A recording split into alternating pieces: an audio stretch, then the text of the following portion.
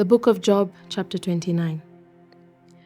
Job further continued his discourse and said, "Oh, that I were as in months past, as in the days when God watched over me, when his lamp shone upon my head, and when by his light I walked through darkness. Just as I was in the days of my prime, when the friendly counsel of God was over my tent, when the Almighty was yet with me, when my children were around me, when my steps were bathed with cream, and the rock poured out rivers of oil for me. When I went out to the gate by the city, when I took my seat in the open square, the young men saw me and hid, and the aged arose and stood. The princes refrained from talking, and put their hand on their mouth. The voice of nobles was hushed, and their tongue stuck to the roof of their mouth. When the ear heard, then it blessed me, and when the eye saw, then it approved me, because I delivered the poor who cried out, the fatherless, and those who had no helper. The blessing of a perishing man came upon me, and I caused the widow's heart to sing for joy. I put on righteousness, and it clothed me. My justice was like a robe and a turban. I was eyes to the blind, and I was feet to the lame. I was a father to the poor, and I searched out the case that I did not know.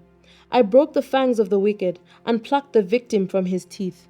Then I said, I shall die in my nest, and multiply my days as the sand.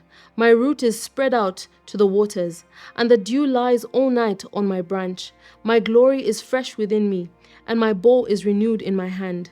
Men listened to me and waited, and kept silence for my counsel. After my words they did not speak again, and my speech settled on them as dew. They waited for me as for the rain, and they opened their mouth wide as for the spring rain. If I mocked at them, they did not believe it, and the light of my countenance they did not cast down. I chose the way for them, and sat as chief. So I dwelt as a king in the army, as one who comforts mourners." Chapter 30. But now they mock at me, men younger than I, whose fathers I disdained to put with the dogs of my flock. Indeed, what profit is the strength of their hands to me? The vigor has perished. They are gaunt from want and famine, fleeing late to the wilderness, desolate and waste, who pluck mallow by the bushes and broom tree roots for their food. They were driven out from among men. They shouted at them as at a thief.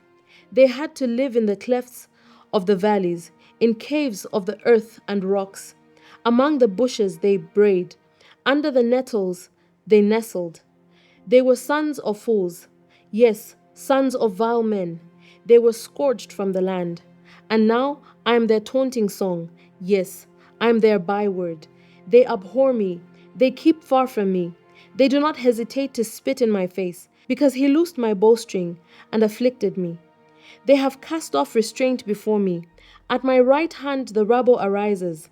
They push away my feet, and they raise against me their ways of destruction. They break up my path. They promote my calamity. They have no helper. They come as broad breakers. Under the ruinous storms they roll along. Terrors are turned upon me. They pursue my honor as the wind, and my prosperity has passed like a cloud.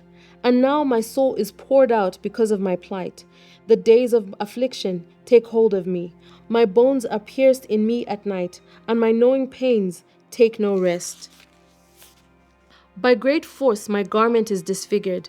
It binds me about as the collar of my coat. He has cast me into the mire, and I have become like dust and ashes. I cry out to you, but you do not answer me. I stand up, and you regard me. But you have become cruel to me. With the strength of your hand you oppose me. You lift me up to the wind and cause me to ride on it. You spoil my success, for I know that you will bring me to death, and to the house appointed for all living. Surely he would not stretch out his hand against a heap of ruins, if they cry out when he destroys it. Have I not wept for him who was in trouble? Has not my soul grieved for the poor? But when I looked for good, evil came to me, and when I waited for light, then came darkness. My heart is in turmoil and cannot rest. Days of affliction confront me. I go about mourning, but not in the sun. I stand up in the assembly and cry out for help. I am a brother of jackals and a companion of ostriches. My skin grows black and falls from me. My bones burn with fever, my harp is turned to mourning, and my flute to the voice of those who weep. Chapter 31. I have made a covenant with my eyes. Why then should I look upon a young woman? For what is the allotment of God from above, and the inheritance of the Almighty from on high? Is it not destruction for the wicked, and disaster for the workers of iniquity? Does he not see my ways, and count all my steps? If I have walked with falsehood, or if my foot has hastened to deceit, let me be weighed on honest scales, that God may know my integrity. If my step has turned from the way, or my heart has walked after my eyes, or if any spot adheres to my hands, then let me sow, and another eat. Yes, let my harvest be rooted out. If my heart has been enticed by a woman, or if I have lurked at my neighbor's door, then let my wife grind for another, and let others bow down over her. For that would be wickedness. Yes, it would be iniquity deserving of judgment. For that would be a fire that consumes all destruction, and would root out all my increase. If I have despised the cause of my male or female servant, when they complained against me, what then shall I do when God rises up? When he punishes, how shall I answer him?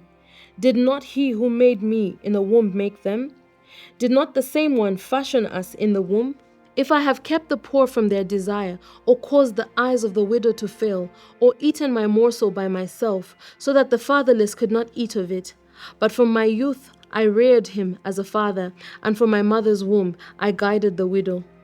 If I have seen anyone perish for a lack of clothing, or any poor man without covering, if his heart has not blessed me, and if he was not warmed with the fleece of my sheep, if I have raised my hand against the fatherless, when I saw I had help in the gate, then let my arm fall from my shoulder, let my arm be torn from the socket, for destruction from God is a terror to me, and because of his magnificence I cannot endure.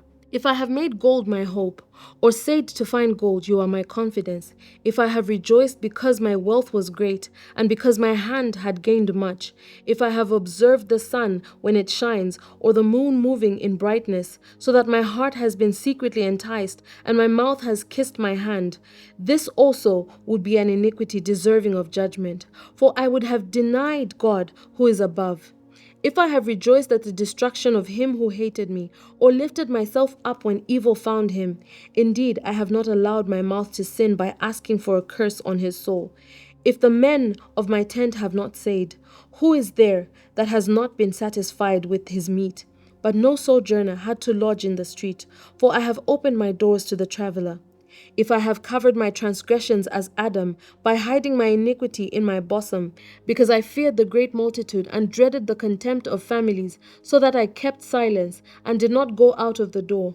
Oh, that the Almighty would answer me, that my prosecutor had written a book. Surely I would carry it on my shoulder and bind it on me like a crown.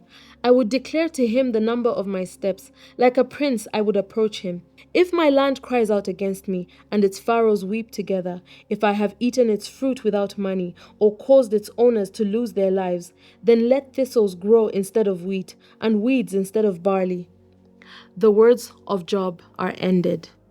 Chapter 32. So these three men ceased answering Job, because he was righteous in his own eyes. Then the wrath of Elihu, the son of Barachel, the Buzite, of the family of Ram, was aroused against Job. His wrath was aroused because he justified himself rather than God. Also against his three friends his wrath was aroused, because they had found no answer and yet had condemned Job.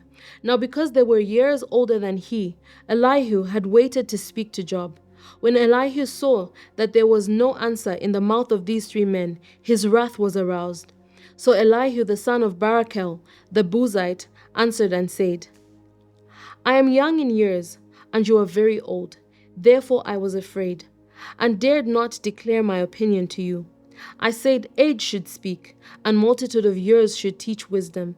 But there is a spirit in man, and the breath of the Almighty gives him understanding. Great men are not always wise, nor do the aged always understand justice. Therefore I say, listen to me. I also will declare my opinion. Indeed, I waited for your words. I listened to your reasonings while you searched out what to say. I paid close attention to you, and surely not one of you convinced Job or answered his words, lest you say, 'We have found wisdom. God will vanquish him, not man.' Now he has not directed his words against me, so I will not answer him with your words. They are dismayed and answered no more. Words escape them. And I have waited because they did not speak, because they stood still and answered no more. I also will answer my part. I too will declare my opinion, for I am full of words. The spirit within me compels me. Indeed, my belly is like wine that has no vent. It is ready to burst like new wineskins. I will speak that I may find relief. I must open my lips and answer. Let me not, I pray, show partiality to anyone, nor let me flatter any man, for I do not know how to flatter. Else my Maker would soon take me away. Thank you so much to everyone who's partnered with Bible 365 with Chileshe Bwalya this far. If you would like to partner with us, please reach out using the contact details on your screen. God bless you. Shalom, shalom.